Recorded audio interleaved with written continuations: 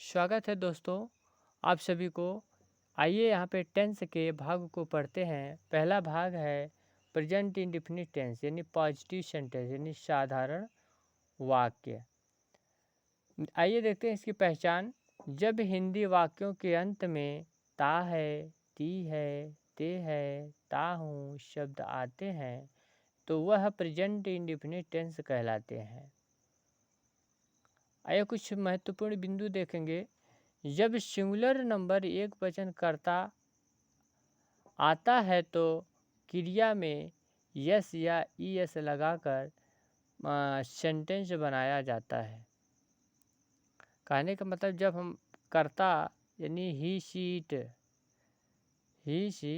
It जो भी आए इसकी जो क्रिया होगी इसके साथ उस क्रिया में यस या ईएस लगाकर सेंटेंस को बनाया जाता है। जैसे देखेंगे यहाँ पे ही सी इट तथा सिंगुलर नंबर आता है तो इसमें यस या ईएस लगाते हैं। फिर नेक्स्ट देखेंगे जब आई वी यू दे तथा प्लूरल नंबर के साथ यस या ईएस नहीं लगाते हैं। कहने का मतलब है अब तक जो सिंगुलर पर्सन थे उनके साथ यस या ईएस लगाते थे उनकी क्रिया में, लेकिन अब जो है आई वी यू दे ये प्लूरल नंबर हैं। इन प्लूरल नंबर के साथ ना तो यस लगता है ना ही ईएस लगता है। नेक्स्ट देखेंगे इसमें क्रिया का फर्स्ट फॉर्म प्रयोग करते हैं।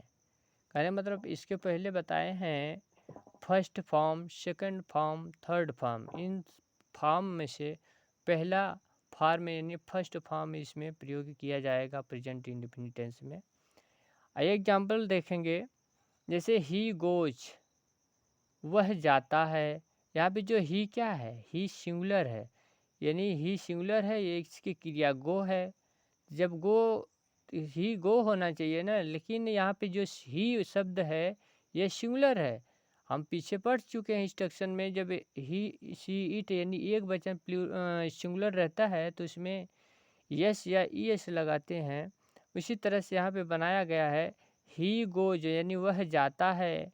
उसी तरह से सी गोज वह जाती है, यहाँ पे ईएस लगाया गया है। उसी तरह से इट गोज वह यह जाता है, यहाँ पे भी ईएस लगाया गया। आई गो मैं जाता हूँ। तो कहने का मतलब यहाँ पे जो आई शब्द आया है ये प्लूरल आया है, इसलिए प्लूरल के साथ गो का प्रयोग किया गया है। उसी तरह से वी गो हम जाते हैं, दे गो वे जाते हैं, Sita write a letter Sita एक पत्र लिखती है, स्टूडेंट रीड मैंने विद्यार्थी पढ़ता है, यू टॉक टू मी तुम मुझसे बातें करते हो, आई रीड माई बुक मैं अपनी किताब पढ़ता हूँ। आइए कुछ आगे देखते हैं।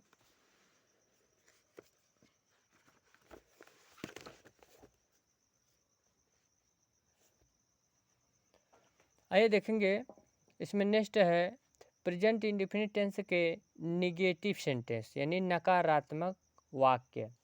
पहचान देखेंगे जब हिंदी वाक्यों के अंत में ता है, ती है और ता हूँ के साथ नहीं शब्द आता है तो वह वाक्य निगेटिव सेंटेंस कहलाता है। जैसे इसमें बिंदु दिया गया है, महत्वपूर्ण बिंदु है।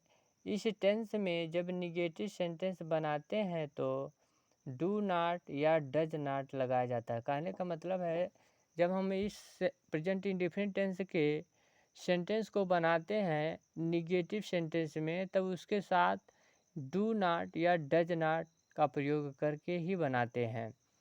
आइए देखते हैं कहाँ डू नॉट का प्रयोग किया जाएगा और कहाँ डज नॉट का प्रयोग किया जाएगा। आइए देखते हैं। ही सी इट तथा सिंगुलर नंबर के साथ डज नॉट का प्रयोग होता है। कहने का मतलब ही सी इट यानी यह कैसा है, सिंगुलर पर्सन सिंगुलर नंबर यानी एक वचन है, तो इनके साथ हमेशा डज नॉट का प्रयोग होगा। उसी तरह से आई वी यू दे माने ये कैसे शब्द हैं, ये प्लूरल नंबर हैं। कैसे नंबर हैं, प्लूरल नंबर हैं। तो प्लूरल नंबर के साथ हमेशा डू नॉट का प्रयोग होता है। कहने मतलब ये आई वी यू, दे, ये कैसे हैं? प्लूरल यानी बहुवचन है। जब प्लूरल यानी बहुवचन रहता है तो उसके साथ हमेशा डू नॉट का प्रयोग करके सेंटेंस को निगेटिव बनाते हैं। आइए एग्जाम्पल के माध्यम से समझेंगे। जैसे आई डू नॉट गो, मैं नहीं जाता हूँ।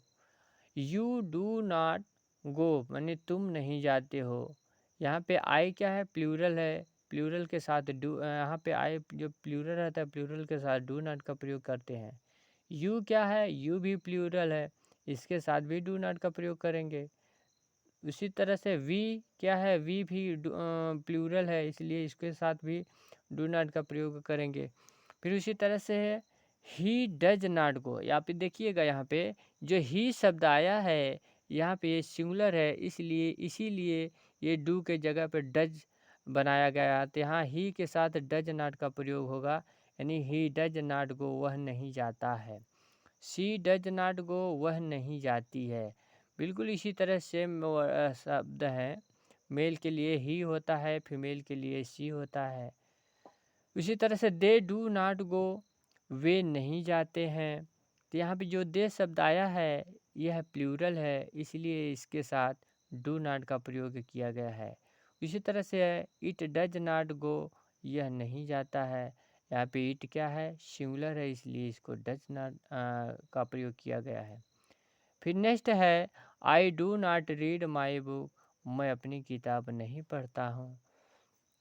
तो यहाँ पे ये देखेंगे आई, वी, यू और दे के साथ हमेशा डू नॉट का प्रयोग किया जाता है, क्योंकि यह प्लूरल है।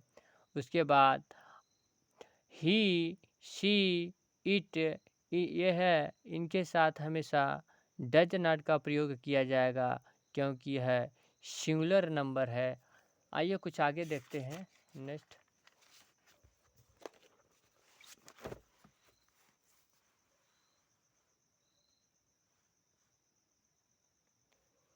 जैसे दिया है, जब इज, एम, आर मूल क्रिया के रूप में प्रयोग किए जाते हैं तो डू नॉट या डज नॉट यानी डू या डज नहीं आता है। इस क्रिया के वाक्य में डू या डज तभी आते हैं जब मुख्य क्रिया कोई और होती है।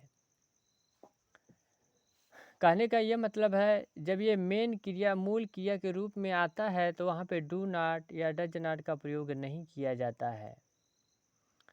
ये डू नॉट डज नॉट का प्रयोग तभी किया जाता है जब मुख्य क्रिया कोई और होती है वहाँ पे। जैसे देखेंगे, इसी प्रकार के वाक्यों की क्रिया में है, हूँ, हो पर समाप्त होती है। यानी ये लास्ट में ऐसे शब्द आते हैं, इन शब्द पे क्या हो जाती है? समाप्त हो जाती है। क्रियाओं के अंत में ता, ती, ते लगे होते हैं। उपयुक्त वाक्यों में नहीं शब्द लगा होता है, यानी ये ऐसे सेंटेंस होते हैं, इन सेंटेंस में नहीं शब्द जरूर होता है। आइए एग्जाम्पल देखेंगे। जैसे the crow is not white, यानी कौवा सफ़ेद नहीं होता। कौवा सफ़ेद नहीं होता।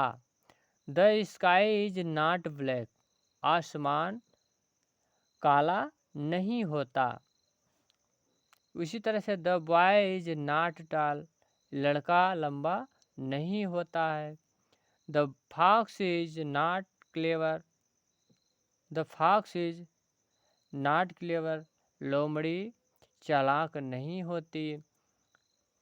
उसी तरह से है कि the house is not good, मकान अच्छा नहीं होता है। यानी ता, ती, ते ये जो है सेंटेंस के अंत में आएंगे। इससे ये पता चल जाएगा कि हमारा ये जो है इज शब्द आया है, ये कैसा काम कर रहा है? ये मूल क्रिया का काम कर रहा है।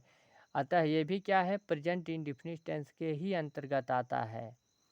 तो दोस्तों, थैंक यू।